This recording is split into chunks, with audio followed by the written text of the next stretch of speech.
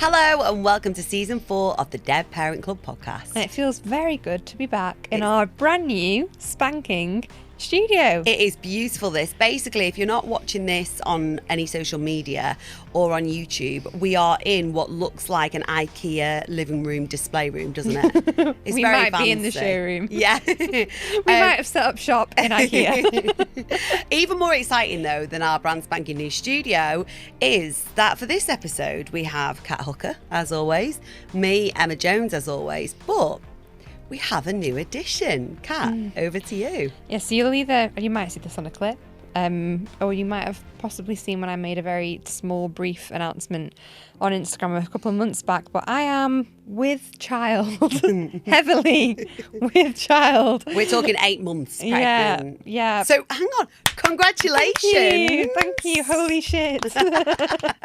No, I know I speak on behalf of everybody in the DPC community when I say huge congratulations, because do you know what? It's something we've spoken about on this podcast previously. So much. Mm-hmm. We've spoken about all the feelings around it because it's such a massive thing. There are huge celebrations, but we all know it can be tinged with sadness as well. It's one of those things, like, we've spoken so much about big milestones in your life and stuff like that, and like, you know, having kids is always one of those ones like, oh, we can't really talk from experience on that, so, you know, this is how we feel about it, but now I'm like, oh, that is me. I'm living it. So you were shocked, weren't you? It was a surprise, this? Yes, for anybody that has the copper coil, beware. Don't always trust contraception. Double up. That is the moral of the story. But you found out you were pregnant. Mm-hmm. How did you feel initially? Stonking scared. Yeah, definitely. I think it's just been one of those, you always have like a thing in your life where you expect it to happen at a certain point or in a certain place, or when you're living somewhere. And I was just like, I was actually in my apartment by myself when I found out, because I was just so, no, there's no way that this isn't going to be a thing. And then I did the test and I was like, oh my God. And honestly, I think I was like, it was fear, I think a lot of it, and it was shock. And then it was that whole, who do I tell first? Did your mind go to your mum? In a way, but more in a way of, because my mum was quite a strong Christian, very strong Christian, and we were brought up in that household of no sex before marriage. Oh, really? Yeah, very much so. Like, I would always be like, no, I'm a virgin. Wow. Yeah, funny. So it crossed your mind with you thinking, oh God, I'm sorry, Mum. Yeah, basically that, like, oh shit. Like, I've got a bit of a past because my brother's had a kid, and he's not married to his partner either. But it was one of them where I was a bit like, oh crap. And it sounds weird, but I was kind of relieved that I didn't have to tell her. But at the same time, I was like, who do I tell first? Because kind of, I didn't really want to tell my partner over the phone. Like, hey.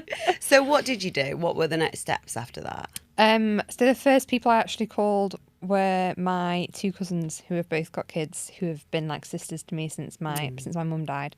And I've gotten really close to them. And I was just a bit like, I just answered the phone and I showed them the pregnancy test, and you can see my hand shaking when I took the screenshot, and they were like, oh my God. It was just, yeah, it was just unreal. And it was all just so strange after that, sort of getting into the car, calling my partner to be like, oh, like, my plans have changed today. Haha, I'm going to come and help you on the house, because he'd picked up the keys to a massive 6-month renovation project the day before.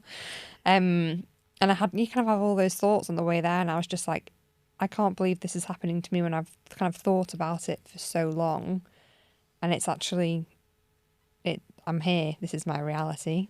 Like, it's, yeah. You obviously have told your dad. Yeah. I'd hope, otherwise he probably knows anyway. I don't even know if he would notice. What was his response? Because we've spoken as well on this podcast about your dad's illness. Which is ongoing. Yeah. And also he'll be hyper aware that as a woman, you're now carrying a child without your mother to talk to and turn to. So what was your dad's response when you told him? I think my dad was definitely shocked. We had a whole kind of drama with that, because I had the coil in. There was like a risk of an ectopic pregnancy straight away, and then a really high risk of miscarriage, taking the coil out and all this kind of stuff. So the first sort of 6 weeks were pretty high stress, traumatic. But after we'd had a scan at 7 weeks and we saw it still had a heartbeat and stuff, I thought, oh, it's probably a nice time for me to go and tell my dad, because I had an early scan picture as well. We both sat there, and Sean kept laughing because every time there's a bit of silence and I went to say something, my dad would just kind of start talking about something else. And Sean was he found it hilarious. But Sean's your partner, not your dad, yes, isn't he? yeah. And then I just ended up being like, well, it's been a stressful few weeks, but this is why. And he was genuinely, he looked like happy about the news. It was really nice. But I know I've spoken a lot on this podcast, like my dad isn't the most sort of paternal kind of character. Like, he won't sort of check in every week on like, how's the baby. I have a running joke, I could rock up like a day before I'm due, like the size of a house, and he would just be like, like, wouldn't really realise. So that's been, I think, kind of navigating that dynamic has been odd, and seeing how Sean's family has reacted compared to like mine and stuff. When you said that, then I put myself in your shoes and thought that could be potentially quite lonely at times, an isolating feeling. How's it made you feel? Yeah, I think lonely's been a big one, and also quite jealous of my partner, because his mum has been, like, don't get me wrong, I know that the love that they're showing is also for me, but like his family is so engaged, and like his mum's been like going out and buying loads of little bits and bobs. She comes back with nappies and stuff all the time, and like she cried when we told her on the same day that we found out, and she'd had a dream the night before that I'd gone to tell her that I was pregnant. Mind blown. Yeah, crazy. But everyone's just been very kind of asking kind of a lot of questions about it, and I think I've just felt quite isolated from my family, I suppose, because I lived further away from mine, and like everyone's kind of got all their own lives and stuff. Like they all care so much. My aunties and my cousins and stuff have all been like amazing, but it is having that kind of person to call and just kind of talk about the everyday stuff with that I've felt like I've lacked. Do you have a support network in terms of friends or people at work who have had children, or that even if they haven't, that you can lean into? In a way, yeah. Like I'm a very open person, so I will kind of put on to other people. But I think there's also there's obviously always that kind of conception of, oh, it must be the happiest time of your life, and like it's amazing and blah blah blah, and it is. And I feel the fact that I got pregnant whilst on the coil, and I'm happy about it. Like, I feel very blessed, and there are a lot of people that really struggle to conceive, and it can be really tricky, and some people don't want kids and end up being pregnant, and it's a really hard decision to make as to what the right thing for them to do is. But I think it's just been somebody, like we always say, that will just listen to you just talk about it, and they're happy to do that, and you don't feel like you're annoying them. But even with Sean, I feel like I don't want to talk about the baby all the time, because it feels like it's like, am I being annoying talking about what's happening to me all the time? I very much doubt that the father of your child you thinks that you're being annoying by talking about... Just every day, I'm so big. But how has that been? Because I'm putting myself again in your shoes and navigating the last 8 months, along with all the natural worries as well as the excitement. There are so many nerve-wracking things that come with pregnancy. How has that been for you? Genuinely, your thoughts, where's your head been at? It's an odd one, I think, for so long, because it was such a shock. It just didn't really feel real. And because I was kind of living this life that I didn't expect to live when I found out I was pregnant, like technically like living by myself still in my apartment, because my partner was spending half his time doing up this house that he'd bought. So he wasn't kind of with me all the time. I'd kind of be walking around my apartment like, holy shit, like this is not what I expected for my life. Honestly, the whole missing my mum thing didn't really come into play that much. It kind of hit me a bit more the other day when I was sat. Some of my friends have been asking me for like a baby shower like wish list thing, basically, of like gifts and stuff like that, and like asking me what I need and this kind of thing. And I sat there I was in Glasgow with work last week, and I was in my hotel room by myself, and I was thinking, oh, what do I need? And I was like, I just wish I could just call my mum and be like, what do I need? Yeah, yeah. Like, I have got no idea. I'm going in completely blind. And I think that's part of the reason I haven't really bought anything, to be honest, for the baby at all yet. I think part of that is just missing having that person to kind of ask, like, what are the necessities, like, who wants to go out with you and buy it. And I probably could like get like my partner's mum and stuff to go with me, and she would, but it's not really the same, is it? So I think I kind of got a bit upset when I was doing that, because I was like, I just wish she could tell me, like, these are the things that you should be asking for. And I'm got to that point now, I'm very overwhelmed, because it's even just stuff like packing a hospital bag and things like that, and like the things that happen to your body and stuff afterwards. And I'm just like, Do you think if your mum had been here, you would have wanted her to come into... I know this is a personal question, but would you wanted your mum there? I, for example, know if I were pregnant and my mum was alive, we had the relationship where I would have gone, you're in this room with me. Oh, 100%. Hold my hand. Yeah, definitely. Yeah. And then the baby arrives, and some people say, oh, it just kicks in and you just know what to do. Other people say that's not true. And you never know how you're going to be. No. Such is the nature of life, literally. Do you feel like you're almost equally nervous for that bit as you have been through pregnancy, or if not more nervous, because then there's literally a physical baby depending on you to keep it alive out here in the earth? I've definitely thought, when it comes to thinking about my mum and this whole pregnancy thing, it's definitely been more nervous for post-birth without her than anything else. And I think part of that is because everybody around me that I know that has got kids has got their mums, and their mums do so much for them, like from cooking them loads of food and bringing it over, being somebody, because a lot of their mums don't work 5 days a week, so they come around to the house during the week when they're by themselves, and just somebody to sit with and talk to. And I'm just a bit like, because I've now moved away from Northwich to Rossett, which is on the outskirts of Wrexham, so we're very close to Sean's family, but still over an hour away from any of mine. So it's kind of like, who am I gonna sit with during the week when Sean's at work and I'm just sat at home with the baby? Like, who's going to come and bring me And it's at dinner? that time where you would have called on your mum, because that's Exactly. the relationship that you had with her. Yeah. And it's important to point out as well that, look, I know people who have children and their mums are physically here, but maybe haven't been the best to their children, you know, haven't necessarily supported their daughters through that. And that can be difficult as well. That's a type of grief in itself, because you have an expectation, don't you, of what it might look like. You know, when they're physically here, but you lack that support from them.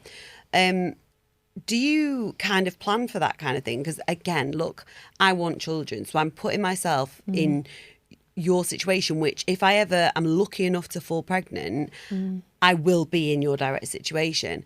Have you looked for any groups, or is there anything out there that offers help for people like you? I feel like I've been in denial about it so far. It's just been like, I'll just cross that bridge when I come to it. It's going to be fine. I know there are things like that. It's that Peanut app. Have you heard about that? No, what's that?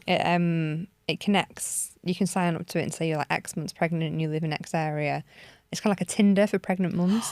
Oh, I love this. Yeah. And I bet it's nowhere near as toxic as Tinder, is it? I'm 6'2" and pregnant. Yeah. Hit me up.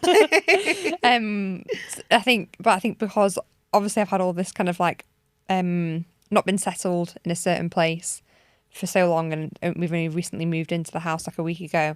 I haven't really explored that properly yet, because I thought there's not really much point. But so, yeah, I'm going to try. I'll look at that and see. And then everyone kind of just talks about like generic baby groups that you can attend post-baby. So I'm hoping, in some ways, I'm like, it's probably quite a good thing that I'm pregnant whilst I'm moving to a new town, because otherwise I don't really know how I would have met anybody. Whereas the fact that I'm going to be able to go to baby groups and stuff probably means that I've kind of got people that I could It says a lot about us as adults, doesn't it, in this society, that we'd rather have a baby to help us socialise. Yeah. I'd rather move pregnant than not pregnant, basically. Yeah. Thank God. Has anyone asked you about how you feel about being pregnant without your mum here? You know what? I don't think directly, really, that they have. I suppose my aunties and my cousins have acknowledged the fact. But how? Do you mind me asking? Kind of saying, "Oh, your mum would really love this," or like, "That we know it's going to be difficult. So like we're here for you," that kind of thing. I suppose my friends, though, I don't really think any of them have it's all I think people don't like bringing that negativity into what is always perceived as such a positive thing. Which is, look, I don't know how you feel about it, but if I were to ever fall pregnant, I'd really hope that people would say to me, how do you feel approaching this without your mum? How do you feel? Scared. Definitely scared and jealous and just like sad at the fact that she's not. I just know that she would have been a massive presence in my life and in my baby's life. And I think it sucks that has been taken away from me, my child, and from her. And just that additional support, I think, will be missed massively. And I'm scared that I'm going to fall down that rabbit hole of any time that I feel lonely, kind of thinking, being angry at the situation of, well, I wouldn't feel lonely if my mum was here because she would be here. But that might not have been the case. Maybe I still would have had those feelings, but it feels quite natural and easy to blame it on her not being there than something else, I suppose.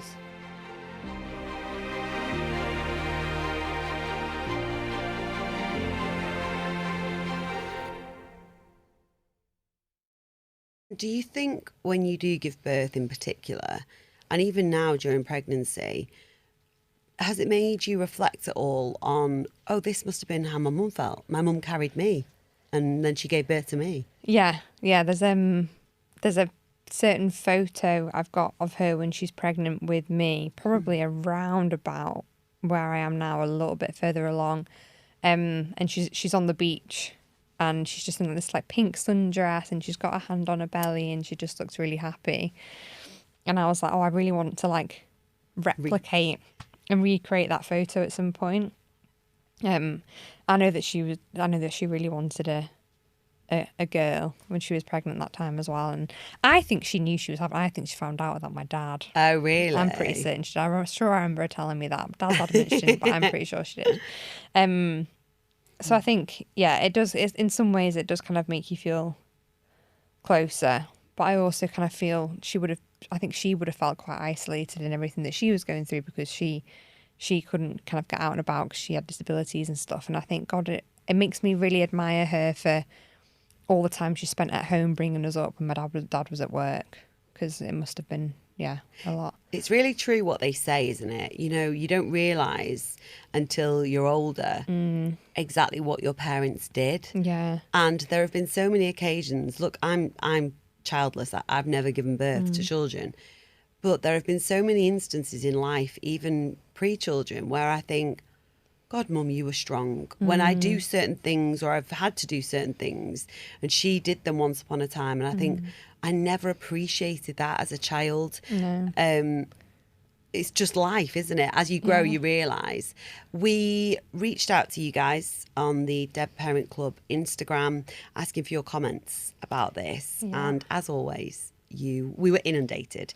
So, Kat, if it's okay with you, can I just share a few with you and get your opinions on them? Yeah, definitely. Is that okay? Okay, so, I mean, there's so many mixed ones here, by the way, from people who have had children and people who are yet to have children. A lot of people actually aren't sure if they want to be parents now. Yeah. Again, you and I have spoken about this. We kind of always did. If anything, for me, it made me want children more. You want to feel that connection. Yeah, to find that thing that I love you unconditionally, and you are everything, and you're more important than anything on this earth. Is it going to fill a massive hole in my life? Yeah. I'm putting a lot of pressure on this child. Cover your ears, kid. But I know for you, it was the same, wasn't it? You always wanted children. Yeah, I think I really did, but not that obviously the same with you. That doesn't come without its apprehensions of the fact that, oh God, like, will I be good at it without them? Yeah, Tyra got in touch and said, I'm not sure if I want to now. I haven't got my mum to confide in. And it's exactly that, isn't it? That's what we've been talking about. Yeah. Kath says, I refuse to become a mother now. I don't want to put grief onto a child. Now, I've got to be honest. I think about this every day. Every single day, because I know I want children. And I already grieve the grieving my children will do at a death that hasn't happened yet for me. And you wouldn't even be here to see them grieve. No, but because we know the pain of grief and how much it's changed us, I really struggle with that every day. What about you? 100%. When I see things of like young mums that have died when they've got young children, like the pain that you feel for those young kids. And for the mum.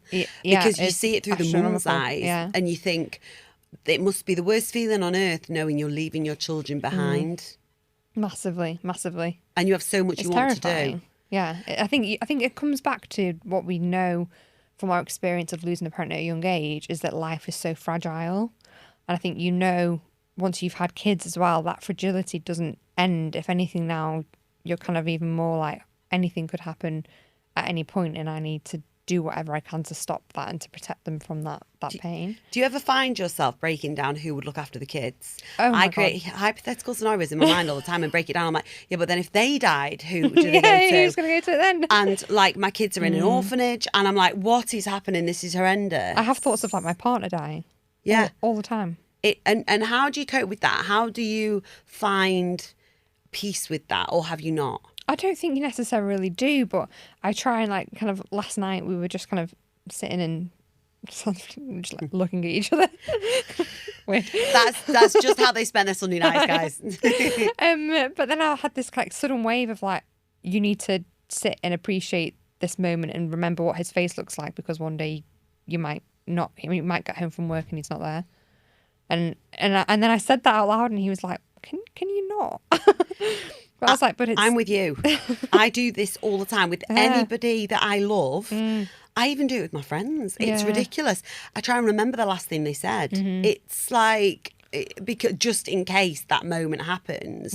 And like, what a beautiful appreciation it is to have that. But you're right, people think you're an intense weirdo. Like, I do it with people and I'm like, and I know they're looking at me thinking, oh, that's cute, shut up. But he was like, I'm not going anywhere. And I'm like, yeah, because as we know, it's out of our control. Yeah, we know this all too well, Sean. He's in denial, though. Yeah. He's like, I'm never going to die. And I'm like... So basically, a lot of people kind of feeling that way. People saying, devastating, I'm shitting myself. I don't know if it'll ever feel like the right time and if I'll ever be happy to get pregnant. And I think that's a big thing, because I know I feel it. And certainly, I think in part that's because of my career. I am a freelance broadcaster. Yeah. So that comes with an element of you feel a bit vulnerable, you know. Yeah. We've made huge strides, I think, I hope, for women in the workplace, but I don't think we're quite there yet for everybody. And so for you to be able to take the time off that you want to take off work and to feel secure enough to come back and provide for a family then. Yeah. It's a lot of pressure. It is. How have work been with you, Kat? How's that whole thing felt They were so shocked. I think that I'd only been there. I'd been there for about a year, I think, at that point. But yeah, to be fair, they've been really good. Sort of, it's a very big business, and like maternity leave and all that kind of stuff is actually really good where I am. I struggle with, I'd travel a lot with work and that now. When I was in Glasgow last week, I was like, I think this pregnancy thing is taking its toll. Like, I am struggling. Yeah, I'm ready now. Yeah, I'm ready to finish now. I think another thing, and actually this wasn't mentioned in the comments, but it's something that quite a few of my very close friends have recently given birth, and they've spoken about their changing bodies and pregnancy is beautiful. Like, what a gift to be able to grow another human being. But I totally understand why when a woman's body changes, it can make you feel insecure or almost not like the person you were. Yeah. That's where I feel as though I'd love to be able to call my mum, you know, if I felt like that and say, Mum, I'm getting lumps and bumps and all this kind of stuff, and I know it's normal, but I just need to hear from you. Yeah. Have you felt like that at all? Yeah, I think I've felt like I've gone through the physical changes by myself very much. Like, I'm just seeing my body change every day, and I haven't really got anybody that I would call and kind of ask that about. Because like my cousins are very much like, well, yeah, that's just it. That's just what happens in pregnancy. But your mum would be very much, I don't know, I think would just take that in a different way, I think. Listen and absorb it. Yeah, really.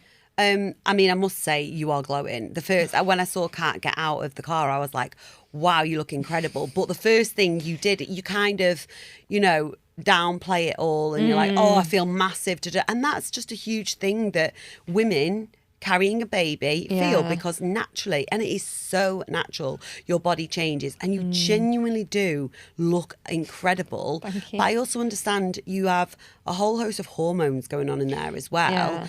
And I love to cry. yeah, but again, that's really natural. Yeah. And probably you'd pick up the phone and your mum would go, Kat, like, of course you're going to feel emotional. You're full of hormones. Yeah, it's And- somebody to be able to complain to, and everybody else is like, oh, it's so beautiful, it's so exciting. And they're like, actually, I feel like a fucking whale. I'm heavy, it's sat on my bladder, like I need to pee all the time. I need to pee all the time. Well, you're going to be even worse. Go and see a physio, get your pelvic floor checked quick. It's too late, I'm past that. But yeah, you want your mum there for the messy bits, don't you? Yeah. Quite a few people who have had children as well got in touch with us on the Dead Parent Club Instagram, saying like they had an overwhelming dread in pregnancy at the thought of their mum or their dad not meeting their child. Have you ever sat there and, you know, when you lose a parent, there are times, for example, I still do it now, where I'll go, oh my God, she's dead. Yeah. And it hits me like a ton of bricks. Do you ever have that thinking about the baby? Yeah, massively. It goes back to that kind of thing we spoke about when, like, after you've given birth and you want that support. And I'm just like, it's going to be so freaking lonely not having her there. Like, it just sucks. And, like, I'm like, how are they going to, is my child going to know enough about her? Like, I want them to know about her. But then I'm like, how do I even approach keeping her alive when I talk to them? Because they're not going to understand for so long. Yeah. I mean, it sucks. I also think, because I remember, for example, when I was a little girl, my nana would always talk about her mum, and Lily, she was called, and she sounded like a beautiful, wonderful woman. And my mum and my nana spoke about her with such great love and said she was the most amazing woman on earth. I now realise I could never truly fathom how wonderful she was because I didn't physically meet her. And I have a niece and nephew, Toby and Tilly, who I adore. But I feel that grief when I think about them looking at a photo of my mum, for example. And no matter how beautifully we speak about our mum, they won't ever feel the depths of love that they would have felt for her had she been here. And I struggle with that. The appreciation, like, to them, looking at that photo is a blip in time for them, not a whole person. Yeah, and they'll never be able to hear her say, I love you, or run in and pick them up, or kiss them, or babysit them. Yeah. And they aren't my children, but I adore them. And I grieve for that relationship that never existed. I grieve as much for Toby and Tilly and hopefully my future children, because I know how wonderful my mum's love was, and you know how wonderful your mum's love was. And to know that they won't experience that, it's so, nothing can make that feel better. I don't think. it feels cruel, doesn't it? I think. And like a lot of people have said here, like they feel like it's brought on a whole new layer of grief. When they've had children, and completely resonate with that. And I think a whole new layer of grief is brought on at every different stage of our life, isn't it? Yeah. Kind of, it embeds itself across every single kind of life moment that we have. But I think, you know, if your parent died before you had children, that is a huge milestone that you know you will hit at some point, is starting a new life without them.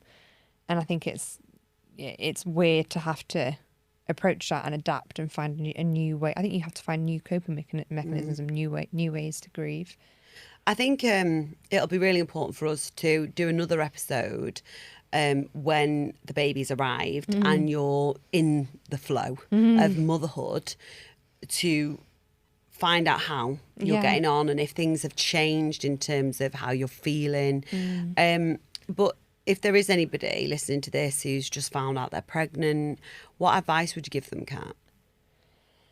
To take each day as an individual day, and to not kind of expect to feel excited and happy about the prospect of it all the time, and giving yourself permission to feel angry and sad that the person that you wish you could talk to about isn't here.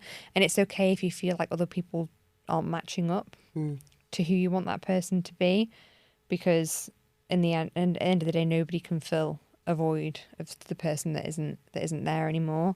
So I think it is just kind of taking it a day at a time. And as nervous as I am to have this baby and kind of go through those, especially those initial first couple of months and stuff without my mum being there, I know that those bad moments and those kind of bad afternoons are going to be a blip in what is going to be a huge blessing for me in my life.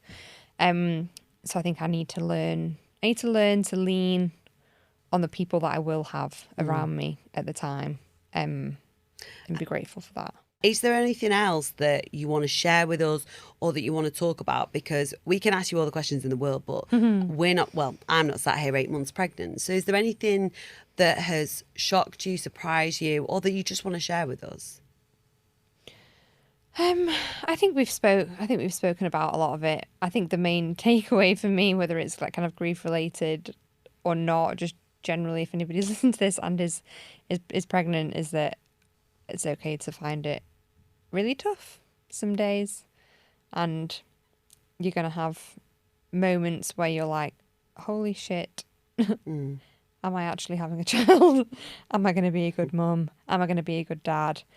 Are we going to get through it? And I think, like how you approach things once you lose a parent, there's also that kind of circle of life element where you will also adapt to bringing something new into the world as well.